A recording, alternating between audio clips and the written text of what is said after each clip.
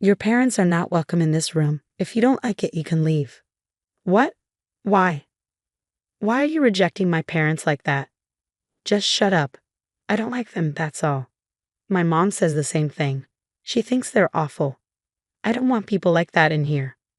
How? How can you say something like that? They are my parents. I felt my heart sink. I was so hurt that I wanted to cry. My husband and I loved each other, but if he was going to say things like this, I wasn't sure I could stay with him anymore. Anyway, I told you, they are not coming. If you don't like it, you can leave. I couldn't believe what I was hearing. My husband hated my parents. He even called them awful. That was something I couldn't accept. Fine, I'm leaving. You're going to regret this. My name is Emily, and I'm 34 years old. I work in an office. I've been married to my husband, Jason, for 5 years. We both have jobs, but to save money, we live in a small, inexpensive apartment in the suburbs. Because we've been saving carefully for the past 5 years, we've built up a good amount of money. I've worked really hard for this. As I look at our savings, I can't help but smile. That's when Jason walks over, looking hesitant. Hey, we've saved up quite a bit. Maybe we should think about moving. The rent is cheap here, but the commute is long. I'd love to live somewhere closer to work. He looks at me like a puppy, hoping I'll say yes. I had originally planned for us to save a little longer, but I understand what he means. Right now, it takes 50 minutes to get to work. On days when I work late, I don't get home until very late at night. After that, I still have to cook and do laundry, so I always end up going to bed exhausted. This really isn't a healthy way to live. When I was younger, I didn't mind using my commute time for reading or listening to music. But now that I'm in my 30s, long commutes feel more tiring than enjoyable.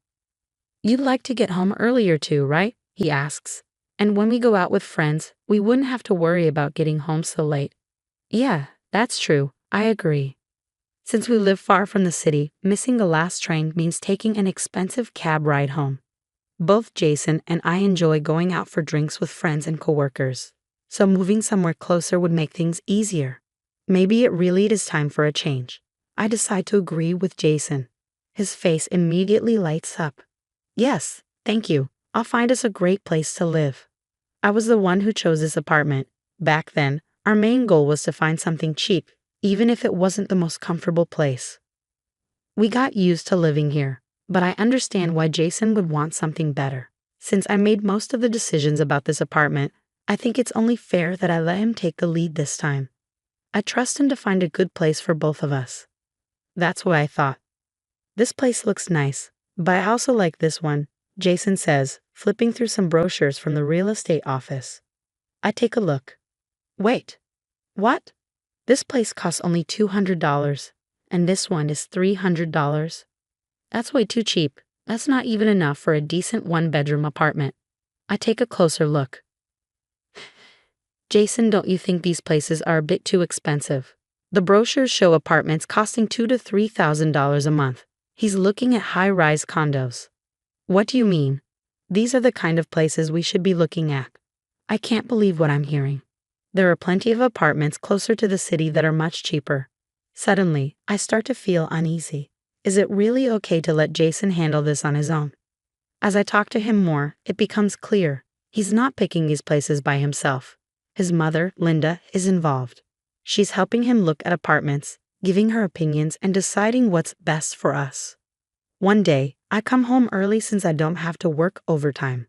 When I walk in, I see Jason and his mother, Linda, sitting together, flipping through brochures and chatting excitedly. Linda looks up and says, "Oh, you're home already?" I wanted to keep looking at more places. I force a smile, but inside I'm annoyed. I don't want to see her.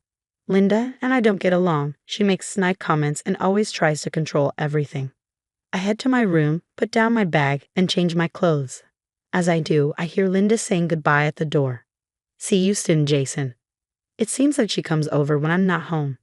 Since I work overtime more than Jason, I guess this has been happening a lot. But why is she even involved in choosing our apartment? Is she planning to move in with us? No way. I have to stop that at all costs. Even though I originally said I'd let Jason decide, I don't think I can agree to a place with such an expensive rent. Sure, I tend to be more careful with money than some people.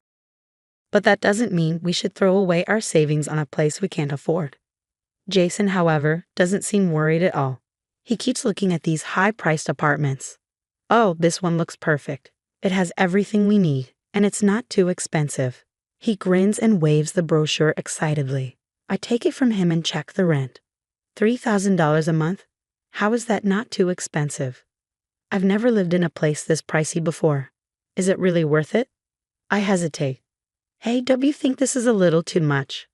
What? No, we can afford it. We have our savings.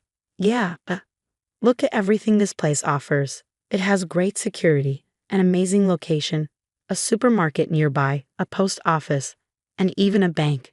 It's big too. When you consider all that, the price is actually pretty reasonable. He sounds like a real estate agent trying to sell me something. I sigh. I don't think I can change his mind. In the end, I give in to his enthusiasm, and we signed a lease for the new apartment. And that's how our life in the high-rise condo begins. The apartment itself is beautiful, but I've never really felt comfortable here since we moved in. And the biggest reason for that, Linda. She comes over all the time and stays late into the night. Jason, I made steak and fries for dinner. Yes, my favorite. Thanks, Mom. I also made my special soup. Let me know if you want more. She moves around the kitchen like she owns the place, using all the appliances as if they were hers. And just like that, our new home doesn't feel like mine at all. Oh, I haven't made any for you, Emily, so you can cook your own food. Linda glares at me as she says this. No problem, I don't want to eat your cooking anyway. But the pans, knives, and cutting board she used are left in a sink. Why do I have to start my time at home after work by doing all the dishes?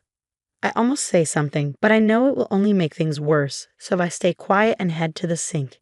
It's so frustrating. It seems like one of the reasons Linda comes over so often is to show off our new high-rise condo to her neighbors. For a while, Jason keeps inviting his mom over. As for my parents, they haven't visited even once. Whenever I try to talk about them, Jason changes the subject. Jason's dad came over once, but after saying, I don't think I can really relax here, he never came back. Why can't Linda be like him? I'm honestly not happy with Jason's attitude. But I did say I would leave it up to him to find a place, and I agreed to live here, so I feel like I can't say too much. To be honest, I thought you would consider our life together as the priority. But since we moved here, it feels like his attitude toward me has changed. He used to be so kind, and I'm sure he would have stood up for me if Linda had treated me badly. But now, he just lets her do whatever, even when she says awful things to me. That's why Linda keeps getting worse with her behavior. You're home already? Are you really working? You're not lying to us and just messing around, are you? Of course not. I have a proper job. Since we moved here, the office is closer, so I get home earlier now. That's not my problem. Jason and I are having dinner. I can't stand the sight of you, so go to your room or leave. How can you say that? I live here too. You don't even live here. Why should I listen to you? I'm so angry that I snap back at her. Jason gets furious and says, How can you say that to my mom? Just do what she says. Now they're both yelling at me. I'm exhausted from work, and I really don't want to deal with this, so I decide to leave and eat on my own. Late that night, when I think Linda has finally left, I come back home. This is pointless. I'm still coming home late, just like when I used to work overtime and return to the old apartment. I feel overwhelmed, so I ask Jason to come to the living room so we can talk. He looks irritated. Hey, can you ask your mom not to come over so much? Seriously, you're awful. Why are you treating my mom like that? She should treat me better. Stop being ridiculous. She comes over to help with the housework. We should be grateful. Okay, fine. Then I'll call my parents over sometime. My mom's a housewife, and she's good with housework too. Jason looks enraged and yells, We are not having your parents over here. If you don't like it, then get out. What? Why? Why are you rejecting my parents like that? Shut up. I just don't like them.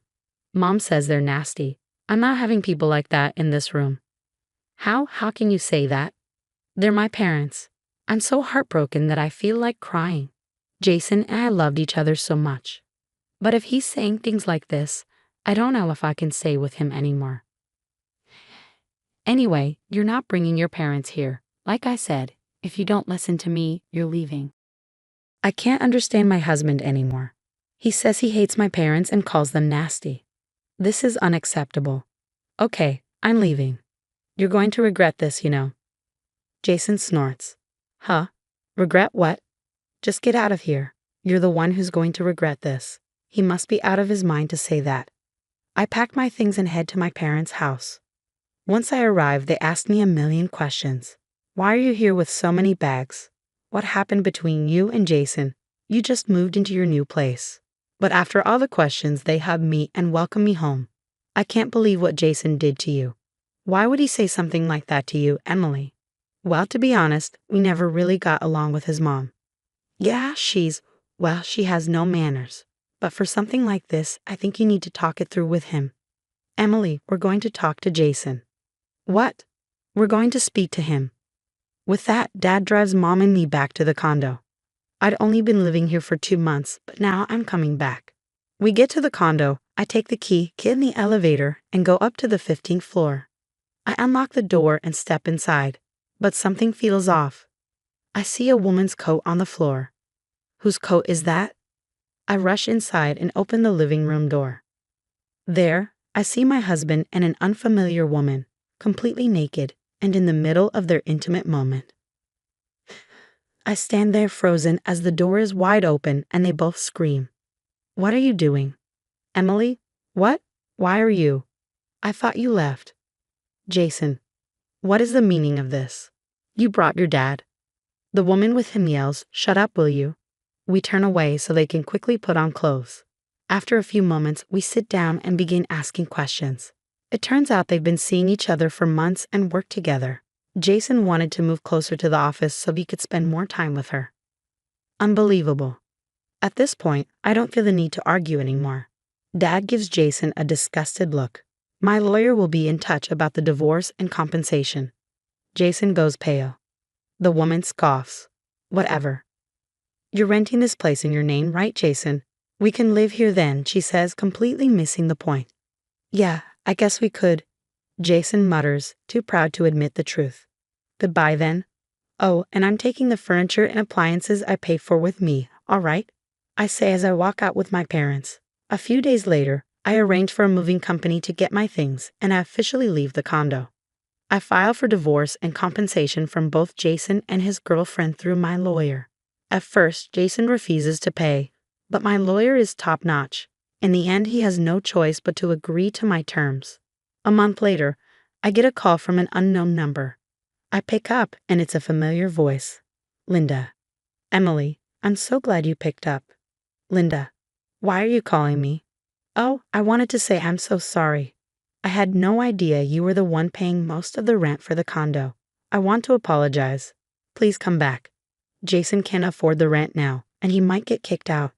His new girlfriend quit her job and doesn't do any housework. She doesn't listen to me, and the other day she almost slapped me. It was terrifying. I realized things were so much better when you were here. Her words make me feel sick. She just wants to have things her way. Sorry, that's not my problem. You figure it out. Goodbye. Wait, please. I hang up and immediately block her number. According to a mutual friend, Jason couldn't afford the rent and had to move out. As a result, his girlfriend dumped him too. Linda had been bragging to her neighbors about her son's life in a fancy condo. But when they found out I had been paying most of the rent and that Jason had to move out so soon, they all started laughing at her. Nobody takes her seriously anymore. Now she barely leaves her house. She got exactly what she deserved. As for me, I've moved into a small apartment, living a simple life. I'm saving up again, and it's adding up to a decent amount. I might even be able to retire a little early. I wonder, why do some people pretend they earned everything on their own when it was really their spouse who made it all possible? Jason should have been grateful. In any case, I'm so glad Emily got to leave her awful ex-husband behind. I hope she meets someone so much better in the future. Thanks for sticking around until the end. Please subscribe to our channel if you enjoyed this video, and we'll see you in the next one.